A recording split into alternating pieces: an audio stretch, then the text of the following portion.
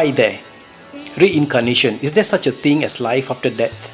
Have you ever encountered stepping into a place for the very first time, but some weird thoughts hits you hard that not only the place but even the air feels enchanting and you are sure you have been there before. But again, however you recall and reflect, the memories are not from this lifetime.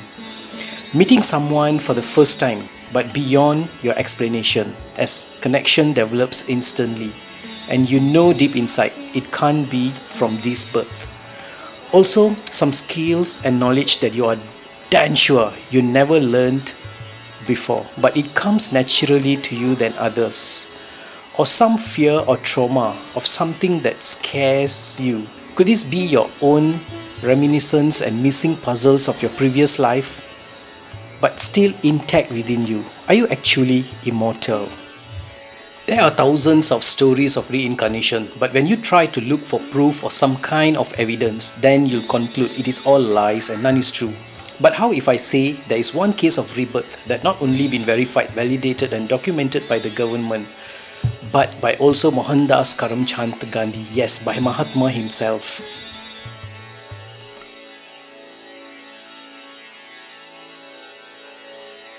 Shanti Devi was born on 11th of December 1926 in Delhi and died on 27th December 1987. In her previous reincarnation, she was born in the town of Mathura on 18th of January 1902 and she passed away on the 4th of October 1925 and was given the name Lugdi Devi.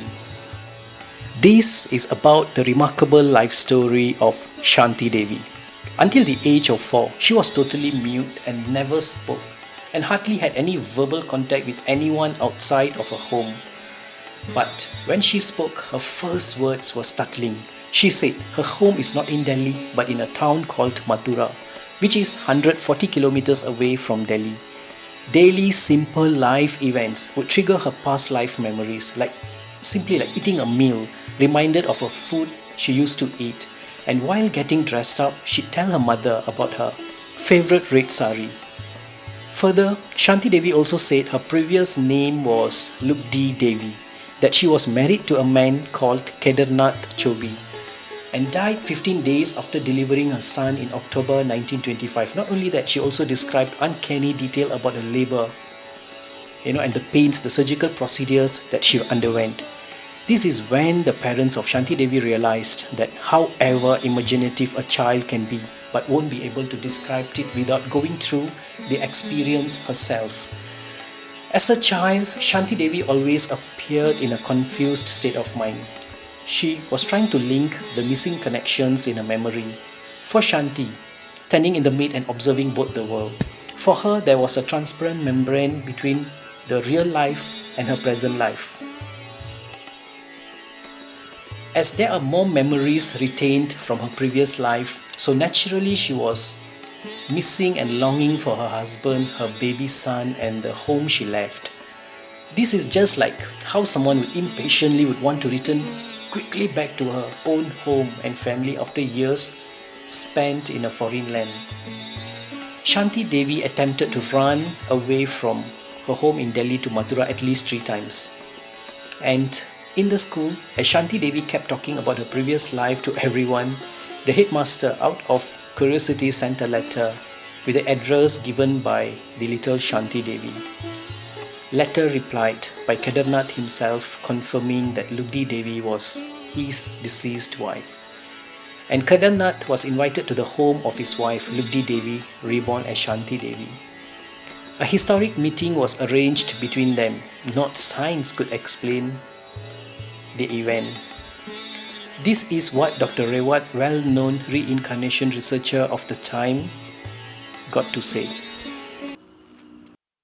When Kedarnath came to Delhi, and there were a lot of people very curious to know whether Shanti had been talking all nonsense or there is truth in it.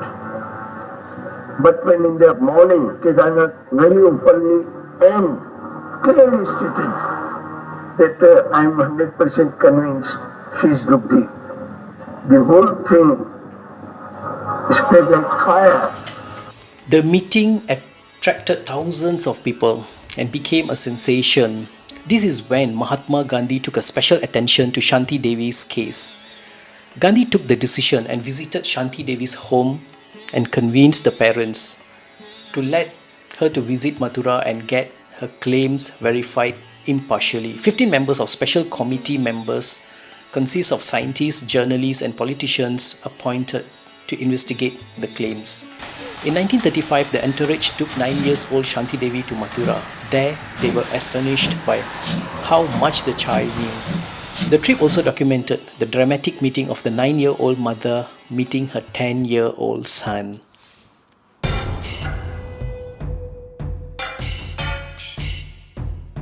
They pointed at me and asked Shanti Devi, "Who's that?"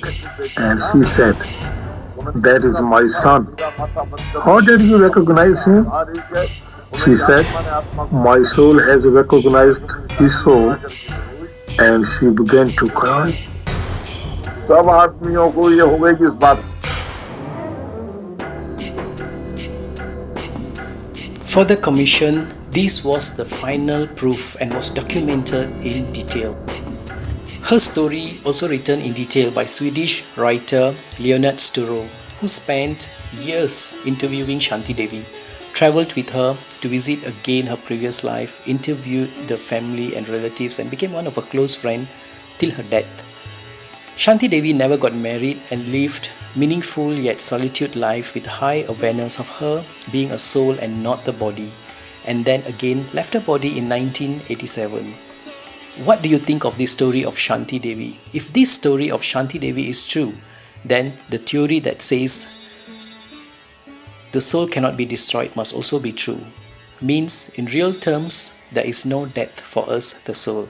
It is somewhat comforting to think of death is just the beginning for the soul, for another experience and journey by adopting totally new body. Means the body is just a costume that we change once it gets old and decay. And guys, if you have not subscribed to this channel, please do and comment below on your thoughts of death and rebirth. Thank you for watching.